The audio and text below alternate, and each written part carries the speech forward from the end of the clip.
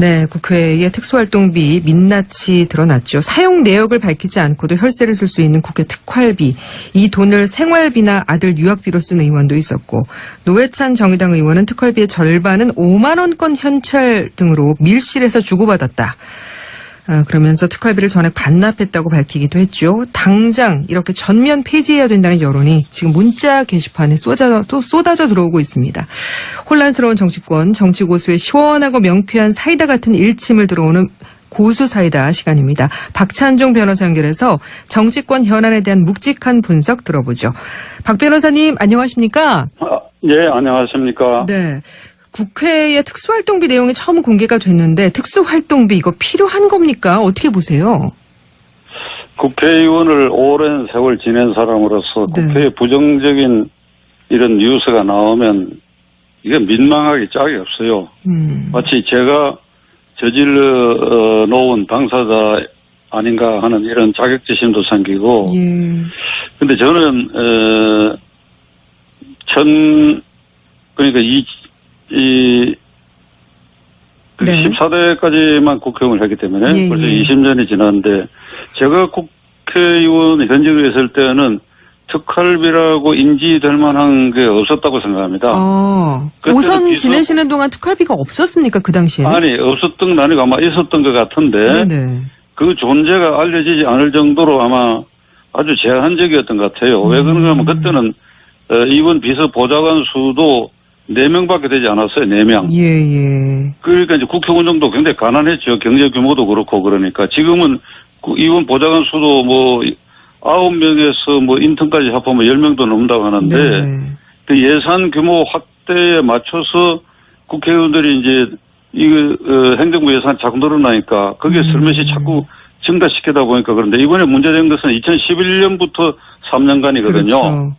그러니까 그 이전에도 있었고 요 3년간만 끊는 요게 이명박 시대인데 그 이후에도 아마 더 늘었으면 늘었지 줄지는 않았을 거라 생각합니다. 문제는 이게 국회의원들의 심리가 집단적인 도덕적 회의에 빠졌던 것 같아요. 혼자라면 도저히 정액을 한다든지 하는 것은 못하지요. 네. 집단적 도덕적 회의에 빠지니까 여야가 없이 그냥 합작으로 예산을 이렇게 이제 확보했던 것인데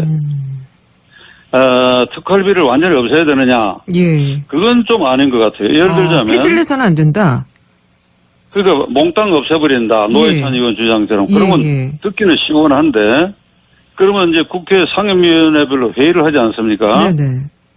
그리고 뭐 늦게 회의할 수도 있고 그런데 근데 식사 때도 되고 그런데 이제 헤어질 때 찬물만 마시고 헤어질 수는 없잖아요. 예를 들자면 찬물만 마시고 그런 점에서 예를 들면 상임위원장을 기준으로 한다면 그 최소한의 특활비라든지 이런 건 아마 있어야 될 건데 지금은 달라 먹어도 될 만큼 큰 돈이 아마 들어간 것 같아요. 특히 2011년에서 13년 사이에 국회의장 한 양반이 누군지 모르겠으나 한 번 외유에 7만 불을 썼다 가거든.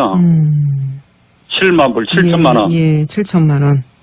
이건 내가 생각도 아무 좀 많은 것 같아요. 왜 그러냐면 제가 13대 국회 때 김재선 국회의장을 수행해서 4명의 국회의원이 남미 그 의원회의를 할 때 따라간 일이었는데 국회의장이 가는 데마다 그 현지 공관원들이 굉장히 그 수발에 애를 쓰고 있었다 보니까 그래서 그때 보니까 촌지를 조금씩 주는 것 같아요. 그 의장한테 얼마씩 주느냐 물어보지는 않았지만은 그러니까 국회의장이 해외 순방에도 그 특활비가 조금 필요한데 좀 지금이 드러난 게 너무 많지 않느냐 이런 생각입니다. 전체적으로 제가 말씀드린 것은 이게 불필요한 거 완전히 줄이고 이참에 2011년부터 14년까지뿐 아니고 그 이후 거 또는 그 이전 것도 전부 공개하라.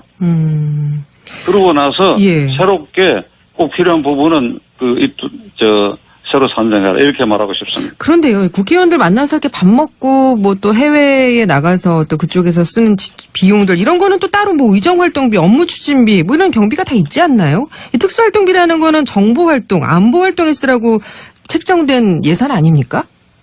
국회의장의 경우에 해외활동비는 아마 특수활동비로만 책정되어 있을 겁니다. 그렇습니까? 그러니까 국회의원 개인에게 주는 거 말고 이게 지금 문제되는 게 상임위원회 국회의장단 그다음에 원내 대표들에게 주는 이 돈이 이게 큰 돈이거든요, 지금, 이게. 그렇죠. 국경 개개인이 준 건 지금 다 공개되어 있어요, 그게. 예. 세비의 일부로. 예. 그 금액 별로 많지 않습니다. 그러니까 지금 이 큰 덩치 이것은 전면 재조사를 해서 아주 필요한 부분을 국소화할 필요가 있다. 이게 제 결론입니다. 근데 정의당 노회찬 원내대표 얘기로는 뭐 밀실에서 그 뭐 5만 원짜리로 그 특수활동비의 반 정도를 뭐 이렇게 건네주기도 했다. 뭐 이런 얘기도 하던데요. 그러니까 그게 많으니까 그렇지. 돈이. 내가 있을 시대는 그렇게 줄 만큼 돈이 많으면 저라도 나눠 갖자 했겠죠. 예. 지금은 돈이 많아졌으니까 그렇게 이제 갈라먹게 되는데 갈라먹게 된 그 근원을 없애야 되겠다. 그지? 그렇죠. 전에 홍준표 전 대표도 그렇고 신계륜 의원도 그렇고 특활비로 생활비도 썼고 아들 유학비도 됐다. 이런 건 문제가 큰 거 아닙니까? 그리고 상당수 의원들이 이렇게 쓰고 있다는 얘기가 아닐까요? 그래서 그러니까 그게 제가 말씀드린 것처럼 저는 14대까지 했는데 그게 전부 14대 이후의 일 같은데 그렇게 갈라먹을 정도의 특활비여서는 안 되죠. 그게 전수조사를 해서 그런 건 다 잘라내야 된다고. 예. 특활비 꼭 필요한 부분이 있을 겁니다. 그건 최소화해야 되겠다. 예. 그게 제 결론입니다. 예. 알겠습니다. 거의 뭐 폐지하는 수준으로 최소화해야 된다라는 말씀으로. 그렇죠. 완전 폐지라고 하는 게 이참에 그러면 그게 이제 뭐 인기 있는 발언이 될지 모르겠으나 그 아주 최소화해야 꼭 필요한 것은 국민 입장에서도 그거는 허용해야 되겠죠. 예, 알겠습니다. 더불어민주당이 차기 전당대회 앞두고 부엉이 모임 논란이 지금 뜨거운데요. 일단 이 모임을 해산하겠다 소속 의원들이 밝히긴 했는데 이 부엉이 모임은 어떻게 보셨어요? 민주당은 지금 문재인 대통령 취임 1년 남짓 됐는데 네. 문재인 대통령이 지금 지지율이 높고 고공행진을 하고 기호지세 아닙니까? 기호지세. 호랑이 등에 타서 앞으로 돌격하는 네. 그러한 무서울 정도로 권력의 위력이 보여지고 있으니까 그러면 문재인 대통령하고 가까웠던 사람들이 그 주변에 모여서 네. 그 기호지세의 덕을 보려고 하는 건 그건 당연한 거죠. 그 인지상정입니다. 네. 기호지세에서 이제 이게 뭐 좀 말씀드리기 그렇습니다만 지지율도 떨어지고 뭉그러진다고 한다면 지금 이런 부엉이 모임 같은 게 나타날 리가 없지요. 그건 친박 전성시대의 박근혜 중심으로 박근혜를 누님이라고 했다라든지 뭐 그런 의원들 많지 않았습니까? 네네. 그 친박 핵심들이 있었던 것처럼. 예. 그러니까 이건 우리의 정치 풍토에서는 있을 수 있는 일이고 해산했다고 하지만 이게 법정단체도 아니고 예. 언제 무슨 등기부에 등록했던 단체도 아닌데 해산한다고 해서 없어지겠습니까? 그게 그렇죠. 여전히 영향력을 행사한다고 보고 재밌는 거는 이 친문이냐 아니냐 여기서 뼛속까지 문재인이냐 예. 이래 돼가지고 진문이냐 범문이냐 그냥 범문 그냥 나는 문재인 파다 이렇게 하는 것인지 아니면 그중에서도 문 대통령하고 교감에 있는 진문이냐 아니다 그보다는 처음부터 아주 뼛속까지 나는 문제이다. 이것도 등급이 1, 2, 3등급으로 나눠지는 것 같은데 네. 이거 좋은 현상 아니죠. 그렇죠. 상당히 위험한 발상 아닌가요? 이거 나름 여기 소속된 의원들이 자신이 친문 중에 친문이라는 거를 인증받은 거나 다름없어서 나름 자랑스럽게 생각하는 것 같은데 이거는 대통령 지키기는 고사하고 누를 끼칠 수 있는 일이 된다는 걸 우린 전 정권에서 봐왔기 때문에 또 우려가 더 제기되는 게 아닌가 싶어요.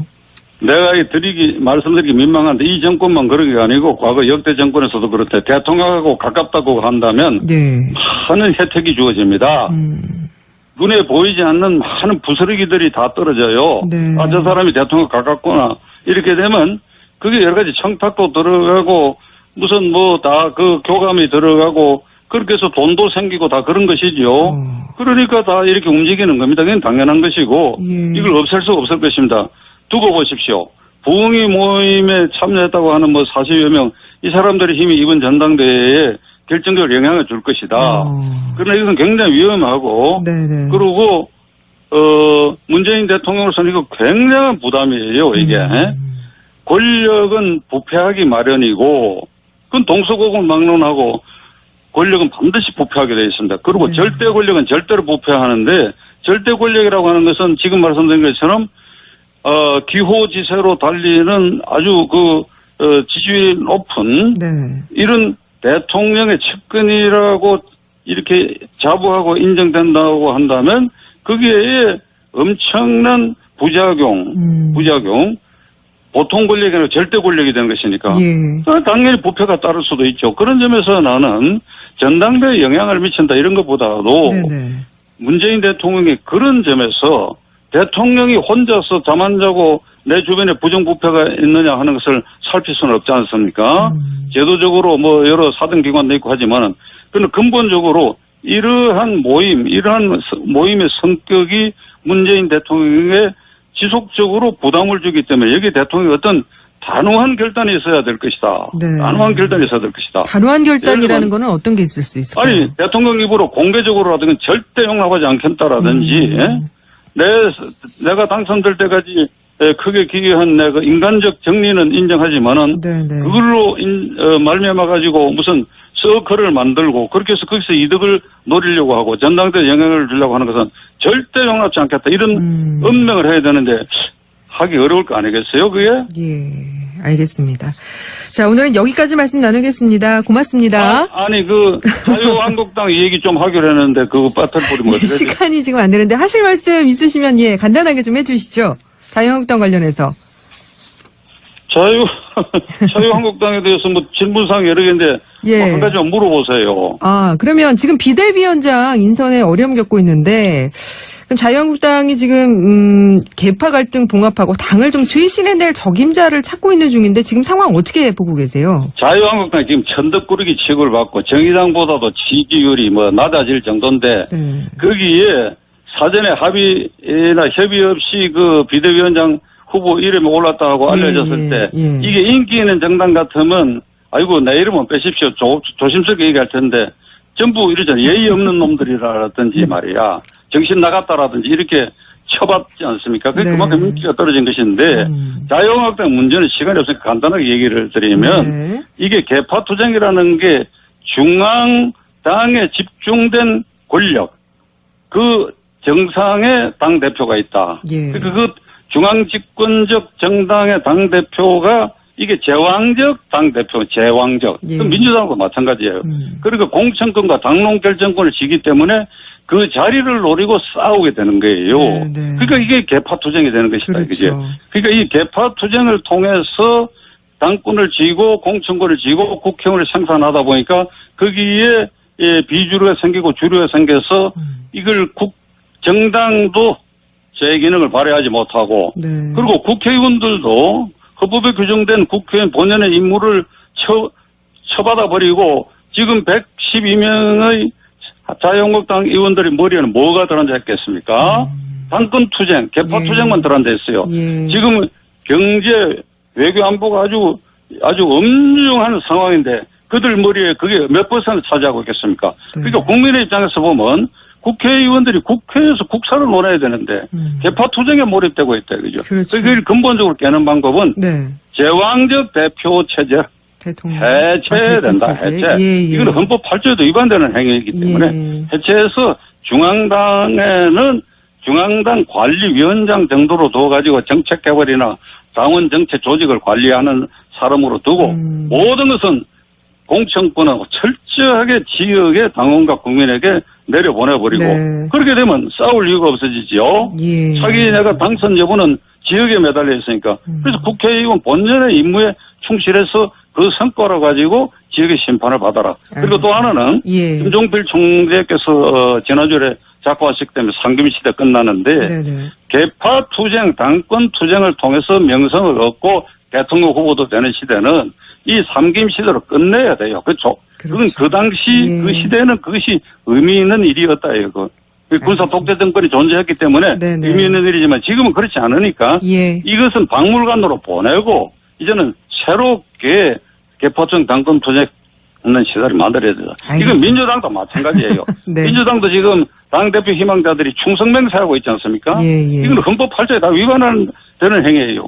어떻게 해서 당대표가 대통령에게 충성맹세하는 사람이 돼야 됩니까? 그게 국회의원의 자율권을 갖도록 해야지요. 제왕적 대통령제도 문제지만 제왕적 대표 체제부터 해체를 해야 된다는 말씀. 그렇죠. 제왕적 대표 체제입니다. 지금. 알겠습니다. 이걸 우리가 국민들이 똑바로 알아야 돼요. 고수 사이다의 정치평론 박찬종 변호사로부터 들어봤습니다. 말씀 잘 들었습니다. 고맙습니다. 감사합니다. 특활비라고 인지될 만한 게 없었다고 생각합니다. 그때는 오선 지내시는 동안 특활비가 없었습니까? 그 당시에는? 아니, 없었던 게 아니고 아마 있었던 것 같은데 네네. 그 존재가 알려지지 않을 정도로 아마 아주 제한적이었던 것 같아요. 왜 그런가 하면 그때는 이번 비서보좌관 수도 4명밖에 되지 않았어요. 4명. 예. 그러니까 이제 국회의원 정도 굉장히 가난했죠. 경제 규모도 그렇고 그러니까. 지금은 이번 보좌관 수도 뭐 9명에서 뭐 인턴까지 합하면 10명도 넘는다고 하는데 네. 그 예산 규모 확대에 맞춰서 국회의원들이 이제 행정부 예산이 자꾸 늘어나니까 그게 슬며시 자꾸 증가시키다 보니까 그런데 이번에 문제된 것은 2011년부터 3년간이거든요. 그렇죠.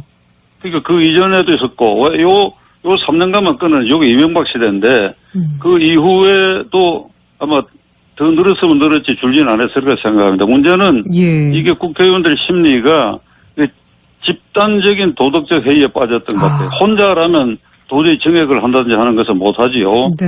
그러니까 집단적 도덕적 회의에 빠지니까 여야가 없이 그냥 합작으로 예산을 이렇게 이제 확보했던 것인데 특활비를 완전히 없애야 되느냐? 예. 그건 좀 아닌 것 같아요. 예를 들자면 폐지를 해서는 안 된다. 그러니까 네, 국회의 특수활동비 민낯이 드러났죠. 사용 내역을 밝히지 않고도 혈세를 쓸 수 있는 국회 특활비. 이 돈을 생활비나 아들 유학비로 쓴 의원도 있었고 노회찬 정의당 의원은 특활비의 절반은 5만 원권 현찰 등으로 밀실에서 주고받았다. 그러면서 특활비를 전액 반납했다고 밝히기도 했죠. 당장 이렇게 전면 폐지해야 된다는 여론이 지금 문자 게시판에 쏟아져 들어오고 있습니다. 혼란스러운 정치권, 정치 고수의 시원하고 명쾌한 사이다 같은 일침을 들어오는 고수 사이다 시간입니다. 박찬종 변호사 연결해서 정치권 현안에 대한 묵직한 분석 들어보죠. 박 변호사님 안녕하십니까? 예, 안녕하십니까? 네. 국회의 특수활동비 내용이 처음 공개가 됐는데 특수활동비 이거 필요한 겁니까? 어떻게 보세요? 국회의원을 오랜 세월 지낸 사람으로서 네. 국회에 부정적인 이런 뉴스가 나오면 이게 민망하기 짝이 없어요. 마치 제가 저질러 놓은 당사자 아닌가 하는 이런 자격지심도 생기고. 예. 근데 저는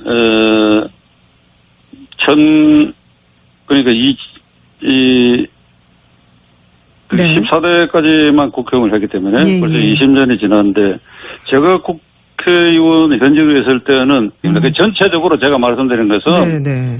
이게 불필요한 거 완전히 줄이고 이참에 2011년부터 14년까지뿐 아니고 그 이후 거 또는 그 이전 것도 전부 공개하라. 그러고 나서 예. 새롭게 꼭 필요한 부분은 새로 산정해라 이렇게 말하고 싶습니다. 그런데요, 국회의원들 만나서 이렇게 밥 먹고 뭐 또 해외에 나가서 또 그쪽에서 쓰는 비용들 이런 거는 또 따로 뭐 의정활동비, 업무추진비 뭐 이런 경비가 다 있지 않나요? 이 특수활동비라는 거는 정보활동, 안보활동에 쓰라고 책정된 예산 아닙니까? 국회의장의 경우에 해외활동비는 아마 특수활동비로만 책정되어 있을 겁니다. 그렇습니까? 예. 예. 그러니까 국회의원 개인에게 주는 거 말고 네네. 이게 지금 문제되는 게 상임위원회, 국회의장단 그다음에 원내 대표들에게 주는 이 돈이 이게 큰 돈이거든요. 지금 이게. 그렇죠. 국회의원 개개인에 준 거 지금 다 공개되어 있어요. 그게 예. 세비의 일부로. 예. 그 금액 별로 많지 않습니다. 그러니까 지금 이 큰 덩치 이것은 전면 재조사를 해서 아주 필요한 부분을 국소화할 필요가 있다. 이게 제 결론입니다. 근데 정의당 노회찬 원내대표 얘기로는 뭐 밀실에서 그 뭐 5만 원짜리로 그 특수활동비의 반 정도를 뭐 이렇게 건네주기도 했다. 뭐 이런 얘기도 하던데. 땅 없애버린다. 노회찬 의원 주장처럼. 예, 그러면 예. 듣기는 시원한데 그러면 이제 국회 상임위원회별로 회의를 하지 않습니까? 네네. 그리고 뭐 늦게 회의할 수도 있고 그런데 근데 식사 때도 되고 그런데 이제 헤어질 때 찬물만 마시고 헤어질 수는 없잖아요. 예를 들자면. 예. 찬물만 마시고. 예. 그런 점에서 예를 들면 상임위원장을 기준으로 한다면 그 최소한의 특활비라든지 이런 건 아마 있어야 될 건데 지금은 갈라 먹어도 될 만큼 큰 돈이 아마 들어간 것 같아요. 특히 2011년에서 13년 사이에 국회의장 한 양반이 누군지 모르겠으나 한 번 외유에 7만 불을 썼다 하거든. 7만 불, 7천만 원. 예, 7천만 원. 이건 내가 생각도 아무 좀 많은 것 같아요. 왜 그러냐면 제가 13대 국회 때 김재선 국회의장을 수행해서 4명의 국회의원이 남미 그 이원 요구할 때 따라간 일이었는데 네. 국회의장이 가는 데마다 그 현지 공관원들이 굉장히 그 수발에 애를 쓰고 있었다 보니까 예. 그래서 그때 보니까 촌지를 조금씩 주는 것 같아요. 그러니까 의장한테 얼마씩 주느냐 물어보지는 않았지만은 예. 그러니까 국회의장이 해외 순방에도 그 특활비가 조금 필요한데 좀 지금이 드러난 게 너무 많지 않느냐 이런 생각이. 근데요? 그러니까 그게 많으니까 그렇지. 돈이. 내가 있을 시대는 그렇게 줄 만큼 돈이 많으면 저라도 나눠 갖자 했겠죠. 지금은 돈이 많아졌으니까 그렇게 이제 갈라먹게 되는데 갈라먹게 된 그 근원을 없애야 되겠다. 그지? 그렇죠. 전에 홍준표 전 대표도 그렇고 신계련 의원도 그렇고 특활비로 생활비도 썼고 아들 유학비도 됐다. 이런 건 문제가 큰 거 아닙니까? 그리고 상당수 의원들이 이렇게 쓰고 있다는 얘기가 아닐까요? 그래서 그러니까 그게 제가 말씀드린 것처럼 저는 14대까지 했는데 그게 전부 14대 이후의 일 같은데 그렇게 갈라먹을 정도의 특활비여서는 안 되죠. 그렇게 전수조사를 해서 그런 건 다 잘라내야 된다고. 예. 특활비 꼭 필요한 부분이 있을 겁니다. 그건 최소화해야 되겠다. 예. 그게 제 결론입니다. 예. 알겠습니다. 거의 뭐 폐지하는 수준으로 최소화해야 된다라는 말씀으로. 그렇죠. 완전 폐지라고 하는 게 이참에 그러면 그게 이제 뭐 인기 있는 발언이 될지 모르겠으나 그 아주 최소화해야 꼭 필요한 것은 국민 입장에서도 그거는 허양해야 되겠죠. 예, 알겠습니다. 더불어민주당이 차기 전당대회 앞두고 부엉이 모임 논란이 지금 뜨거운데요. 일단 이 모임을 해산하겠다 소속 의원들이 밝히긴 했는데 이 부엉이 모임은 어떻게 보셨어요? 민주당은 지금 문재인 대통령 취임 1년 남짓 됐는데 네. 문재인 대통령이 지금 지지율이 높고 고공행진을 하고